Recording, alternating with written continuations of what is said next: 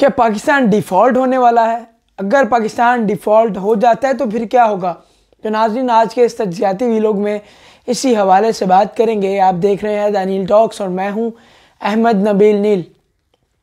नाज़रीन, इससे पहले कि मैं बात करूं कि पाकिस्तान डिफ़ॉल्ट होने जा रहा है, नहीं होने जा रहा, और अगर डिफ़ॉल्ट की तरफ जाता है तो क्या होगा, मेरा ख्याल है इससे पहले ये बात करनी चाहिए कि आखिर हम आज ये बात कर क्यों रहे हैं। पाकिस्तान को इस नहज पर, इस पोजीशन में, इस सिचुएशन में किसने पहुंचाया कि आज हम ये बात कर रहे हैं कि पाकिस्तान डिफ़ॉल्ट की तरफ जा सकता है या नहीं, और अगर जा सकता है तो उसके क्या कॉन्सिक्वेंसेस होंगे। मेरे ख्याल से ये हमारे लिए बहुत शर्म की बात है, बहुत अफसोस की बात है कि वो मुल्क जिसको अल्लाह ताला ने सबसे ज़्यादा नेमतों से नवाजा है, यहाँ पे सबसे ज़्यादा ज़खायर हैं, सबसे ज़्यादा ज़मीन हमारी ज़रख़ेज़ है, वसाइल सबसे ज़्यादा हैं, मगर फिर भी हम लोग डिफ़ॉल्ट की तरफ हैं। कितनी बार हम लोग ये डिस्कशन कर चुके हैं कि क्या पाकिस्तान डिफ़ॉल्ट की तरफ जाएगा या नहीं जाएगा। हर कुछ अरसे बाद ये डिबेट और ये डिस्कशन जो है हमें करने को मिलती है, हमें सुनने को मिलती है, हमें देखने को मिलती है। और अब आजकल आप देख रहे होंगे गुज़िश्ता काफ़ी दिनों से यही सिलसिला चल रहा है, पाकिस्तान डिफ़ॉल्ट की तरफ जा रहा है, पाकिस्तान डिफ़ॉल्ट की तरफ जा रहा है। भाई क्यों जा रहा है? इस की सारी सूरत हाल की वजह कौन है, वजूहात क्या हैं? आज जहाँ तक मुझे लगता है ये जो पॉलिटिकल अनस्टेबिलिटी है, जो हमारे मुल्क में सियासी इस्तेहकाम नहीं आ पाता, अब मेरे ख्याल से सबसे बड़ी वजह जो है डिफ़ॉल्ट की तरफ जाने की या इस खदशे की यही है। अब देखें, पहले जनाब PDM वालों ने सब ने क्या किया और इमरान खान की हुकूमत ख़राब कर दी, उसको सीट से जनाब उतार दिया और उनकी हुकूमत ख़त्म कर दी। और उसके बाद जब से PDM के पास हुकूमत गई है और अभी हुकूमत बढ़ी हुई है, थोड़ी सी नून लीग में, थोड़ी सी PTI में और अब जनाब PP में, और अब जो है इमरान खान साहब जो हैं वो सुकून से नहीं रहने दे रहे किसी को। आप देख लें, जब से हुकूमत उनके पास से गई है वो सुकून से नहीं बैठे। हर कुछ दिन बाद कोई ना कोई प्रोटेस्ट, कोई ना कोई स्ट्राइक, धरना, जलसा, कभी क्या कभी क्या कभी क्या, और कभी असम्बलियाँ तोड़ने की धमकियाँ, कभी जनाब ये कि हम जो है मुल्क जो है वो तबाही की तरफ जाएगा, हम सड़कों पे निकल आएंगे वगैरह वगैरह। अब मुल्क जो है वो बेहद अनस्टेबिलिटी का शिकार है। अब इसमें जो कसूरवार है वो सिर्फ इमरान खान नहीं है, सिर्फ जनाब जरदारी नहीं है, यहाँ PDM नहीं है। अब मेरे नज़दीक सारे कसूरवार हैं। अगर PDM को मुल्क की सालमियत का, मुल्क के वक़ार का, मुल्क की इकॉनमी का ख्याल नहीं है तो इमरान खान को भी नहीं है। अगर उनको भी ख्याल हो तो वो मुल्क की इकॉनमी को देखें, ना कि जनाब मुल्क जो इस सूरत हाल में तो चाह रहा है और वो इस पर धरने करें और मुल्क के मज़ीद जो है वसाइल इस्तेमाल करें और बार बार ज़िमनी इंतखाबात करवाए जाएँ। तो लिहाजा तमाम जो सियासी पार्टियां हैं वो इस चीज़ में बराबरी की जो है वो वजह है और बराबरी का इस सारे में मुलव्विस हैं।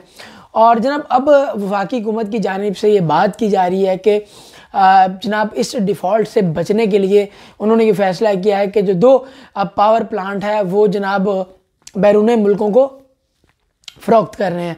और अभी ये जो बात की जा रही है कि जनाब ये जो 2 पावर प्लांट हैं जिनको नजकारी में बड़ा अच्छा समझा जाता था, जिसको नजकारी में शामिल किया गया था और जिसकी कीमत कहा जा रहा है कि 1 अरब जनाब 50 करोड़ डॉलर्स के लगभग है, उसको जनाब कतर को बराह रास्ता फ़रोख्त करने का जो है फ़ैसला किया है। और इस पर जनाब जुमेरात के रोज़ नजकारी की जो है प्रॉपर कमीशन बैठा है, इस पर उन्होंने हिसाब किताब लगाया सारा, और अब वो इस नतीजे पे पहुँचे हैं कि जो 2 पावर प्लांट्स हैं वो कतर को बराह रास्त फ़रोख्त कर दिए जाएँ। और अगर उस पावर प्लांट की बात की जा सके तो जनाब वो 2460 मेगावाट की बिजली पैदा करने वाला पावर प्लांट है, जो कि बराह रास्त फ़रोख्त किया जा रहा है कतर को। अब ये देखें, आगे हमारे मुल्क में जनाब बिजली की कमी है, लोड शेडिंग हमारे मुल्क में होती है, और कई तो ऐसे इलाके हैं वहाँ पे बिजली पहुँची भी नहीं है। और ये भी जो प्लांट बने होंगे पता नहीं कितने सालों की मेहनत से, कितने सालों की जद्दोजहद से, कितने ही वसाइल इसमें इस्तेमाल हुए होंगे। अवाम के खून पसीने की कमाई, अवाम से के खून पसीने से जनाब कमाए हुए और दिए हुए टैक्सीज जो हैं वो लगे होंगे और उनके बलबूते पर जनाब ये प्लांट तैयार किए गए होंगे और अभी देख लें ये फ़रोख्त करने वाले हैं। तो ये हाल है हमारे मुल्क का। जनाब एक गैर मुल्की जरीदा ब्लूमबर्ग के मुताबिक जो पाकिस्तान है वो अगले 6 महीने में डिफ़ॉल्ट से बाहर निकल आएगा, दिवालिया से निकल आएगा, मगर पाकिस्तान के जो नुकसानात हैं वो कम नहीं होंगे। तो खुदा ना खास्ता अगर पाकिस्तान डिफ़ॉल्ट की तरफ जाता है तो फिर क्या कॉन्सिक्वेंसेस होंगे, फिर क्या हालात हमें देखने को मिलेंगे, इसके लिए हमें तैयार रहना होगा।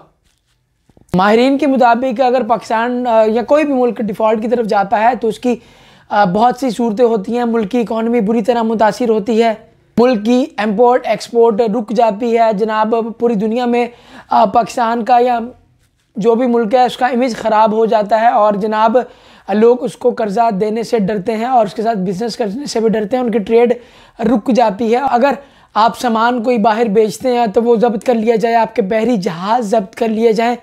एक और माहिर मौशियत का कहना है कि जनाब सबसे ज़्यादा जो मुतासिर होती है वो आपकी इकॉनमी होती है। आपकी इकॉनमी की वक़्त ना होने के बराबर रह जाती है, आपकी इकॉनमी का बुरा हाल हो जाता है।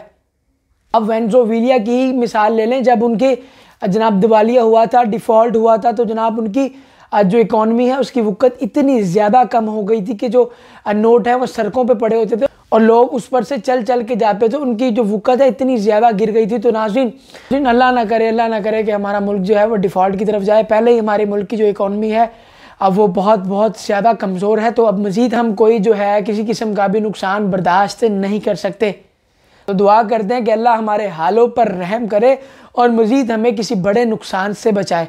नाज़रीन इसी के साथ मुझे इजाज़त दीजिए और देखते रहिए द नील टॉक्स। अल्लाह आपका हामी नासिर हो। अल्लाह हाफिज़।